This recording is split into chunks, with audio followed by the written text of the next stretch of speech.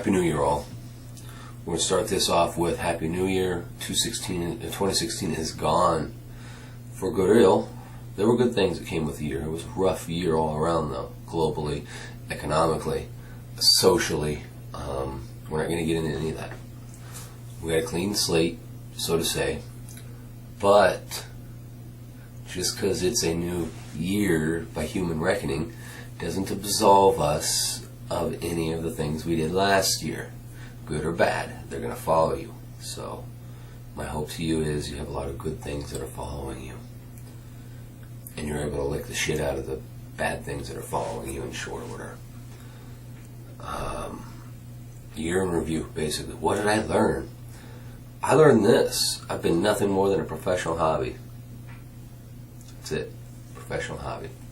I think you all could see it. I didn't take it seriously. What stepped me over that edge was the crew I have and the love these guys have for the shop and what they're doing and their trust in me. It's interesting. Once upon a time, I've had a few little small businesses. I did construction. That came to an end Christmas Eve of 2008. The last guy that worked for me, the last job we worked on, I said, we're done. We're hanging up the spurs. I didn't have a fight left in me. See, when you're dealing with bankers and builders and real estate people, and it's never good enough, fast enough, or cheap enough. It's just, and that's a general rule in life anyhow, but these guys take it to a different fucking level. I hear a lot of bodymen bitching about insurance companies. Well, there's ways to fight them. You have the literature, the backing to fight that. The bosses or the physical laboriousness of the job. Go frame houses in the Midwest in February. Let me know how hard it is on a body in comparative. Yes, it's got its things. You blow out your elbows, your shoulders, your wrists. It's part of the gig. Anything you're going to do is going to fuck up your body somehow. You're going to be sitting in a chair in an office. The chair in the office fucks up your head more than it does your body, though.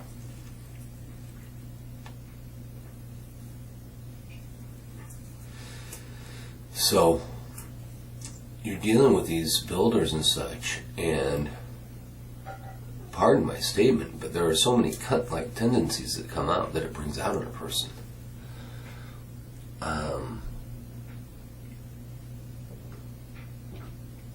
There comes a point where you've got this arsenal of these canned white lies. There's no such thing as a white lie. Fuck somebody somewhere. As to why you're always passing the buck, and that's not the foundation I want this built on. And I'm guilty of that in the past with Smith Welding and Restoration as well, to a minor extent. And I think I've course corrected all of those aspects. Now I'm just getting heat because I'm slow, I'm behind. It's my fault too. The last year building this crew has brought me to something else. The way I approached the shop, it was a professional hobby. I wasn't really invested.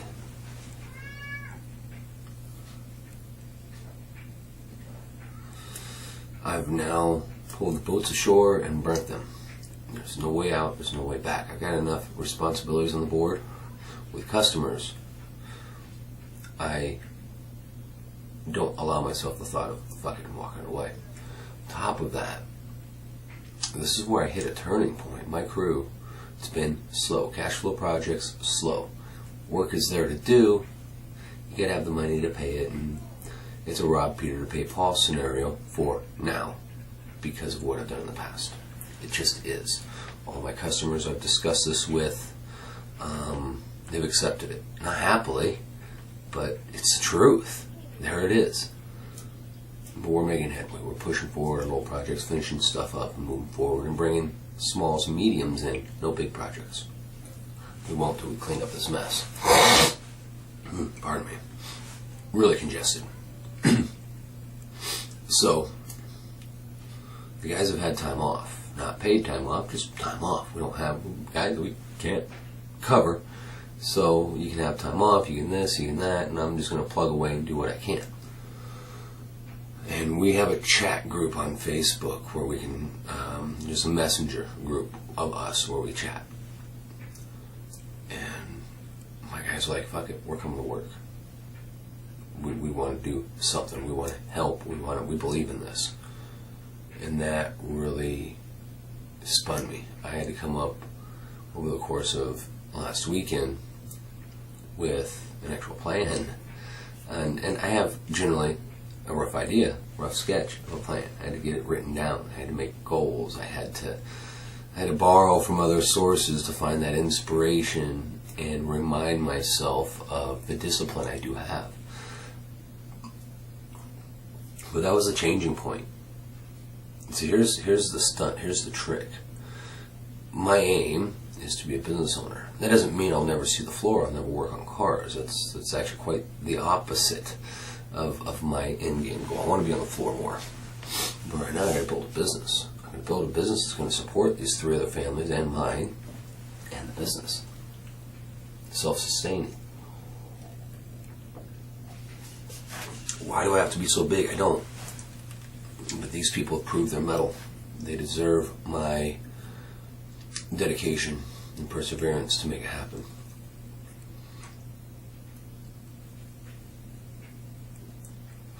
My customers deserve my dedication and perseverance to make those projects happen. And do them in the best fashion possible. At least the best of what I've got now. Which is looking around, asking around, observing, pretty fucking good. We do good work. It's not fast enough, not enough of it. The speed will come. The quality will continue to rise. What that brought me to, I spent the last year eating a lot of crow because I've bullshitted people. And then I have to be straight with people and tell them truths they don't want to hear, and truths that are very unflattering to me. It's rough. It's rough putting your ego aside. I thought I was over all this. I'm not. So, you start off in a small business. It's new. It's fresh. You're excited.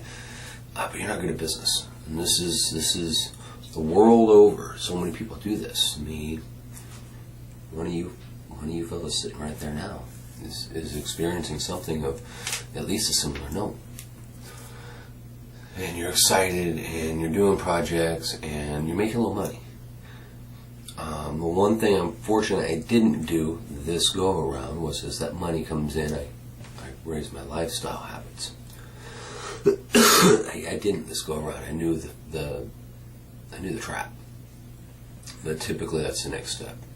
And then you start pulling projects in, not because it's the right project or the right customer or the right money, which it all has to stem around money. Unfortunately, we're here to get paid. Emotionally, you're like, ooh, the bank account's sitting like this, and I get this to pay, and well, that job's worth $2,000, but I really need $1,200 Friday, and I can do it by then. So we'll go ahead and do it.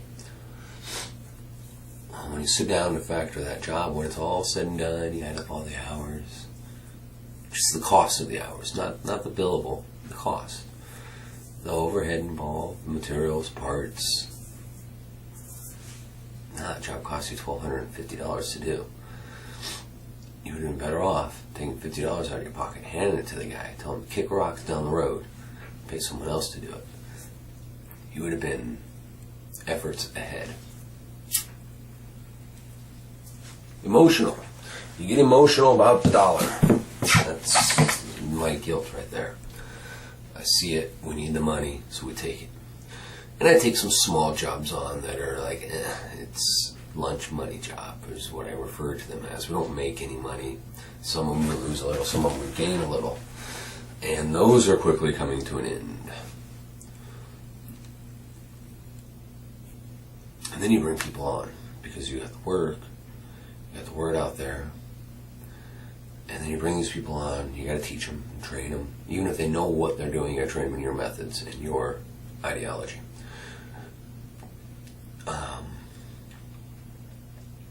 And things get tight. And they're getting paid, but you're not getting paid. These fuckers they're fucking making more off this fucking shop than I am, or this business than I am, and I'm tired of these people, and you get very adversarial emotionally, mentally about the people under you. I've been there. Been there enough times. I've dealt with it. And I thought that's just how it was. I thought you just had to kind of balance that out, how much you're pissed off at the situation versus, And I thought that was the drive that made you a better leader, to push them forward, to do more, better, faster. And then my guy's revolting. Not because they don't want to work, not because they're asking for more, but because they're willing to gamble on me, on my shop, on my person, on my word. And all that went away. That little voice in the back of my head went away.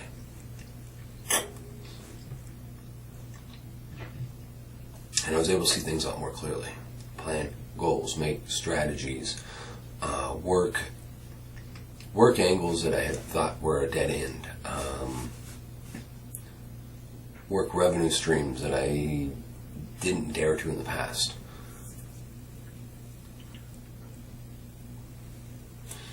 I am now working for my business, for my guys. I've gotten past because if you're going to own a business, you've got to get past the working for money. Sounds weird, but I've known this in my head. I've had the knowledge, but I didn't have the understanding. You get past the point of working for money.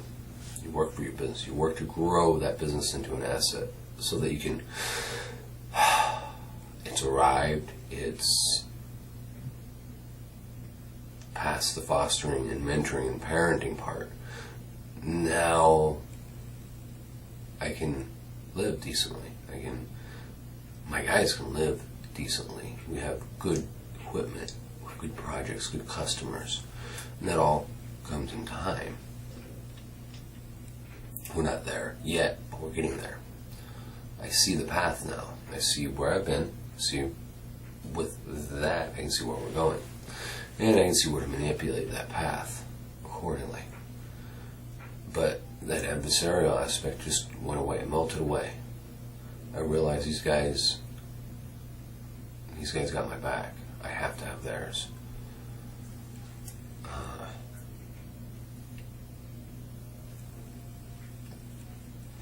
I'm not trying to drag this on. It's been a while since I posted. I just kind of want to belch that out. There it is. We're moving forward in this new year. One day doesn't make any different than another day, but it's a good psychological breaking point. We got a new year ahead of us. It's time to do it. We had some good jobs show up at the end of last week, and we have some stuff going out next week. We're going to build this. It's going to take time, but we're going to build this, and it's going to be excellent.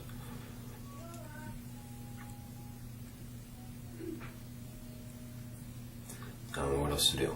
I'm going to do my best for my guys, for my customers, for my family. But now I've got a plan. If you'll excuse me, I'm going to go and continue on that plan. Continue my education. My friends out there, every day, Gene Winfield, Old Windy, every day is a school day. There's something to learn. Doesn't always mean there's something to learn in your skilled trade. There's other things. Open your eyes, take a deep breath, look around. The world's bigger than just you or I. So when you feel oppressed by the world and making it feel personal, just remember, it's bigger than any of us. And don't give a shit about any of us. Make your best, do your best. I have to carry faith that it'll work out. You can't just work hard anymore. I draw counsel from many sources. The guys that are making it in today's world, today's business, today's economy aren't the guys aren't the guys that are working 18, 20, 16 hours a day at their skill set.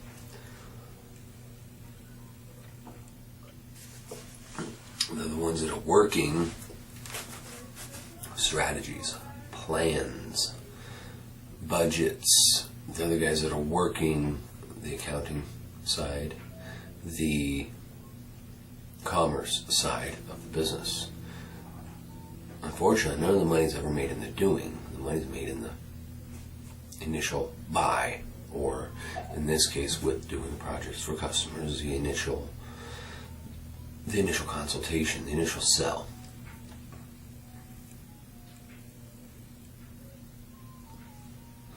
And then after that, you have to do it in an appropriate time frame and budget to get somewhere. It's a different world than what our grandparents grew up in, unfortunately. Right or wrong, it just is. I take counsel from many people, and a lot of older cats and they just say, "Oh, you got to put in this many hours, and you've got to," and they're not wrong. You've got to make sure your production's moving forward. But you can't work yourself to success anymore. You'll work yourself into the grave. It doesn't work like that anymore in this world, unfortunately.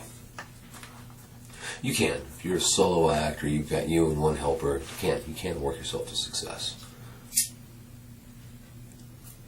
But if you're really going to build something that lasts beyond you, it doesn't work that way. You have to work strategies. You have to work angles. You don't have to bullshit people. You don't have to lie. That was the 80s thing to do. I grew up in the 80s. That was the 80s thing to do, is bullshit and lie your way to the top. Predatory lending on real estate through the 80s and 90s. They bullshitted their way to the top. Homeowners bullshitted their way into homeownership. The world doesn't accept that anymore either. Small business in America is dying. Your best chance at anything is straight up do the best you're able and work a plan. This one means I've got resources available to me. I can leverage these three other guys' time for money to get these things done. They walked into a deficit circumstance to begin with. And none of these men are stupid. And I don't bullshit them. I've showed them everything. How much we don't make. Where these projects that are behind in the red in the books, where they're at and why.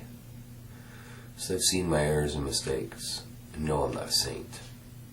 But they're still here. So I want to make sure there's something for them to be here for.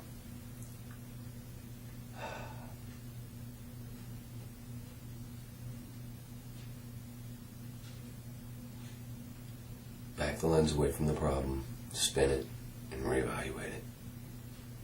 Move forward, my friends. Till next time.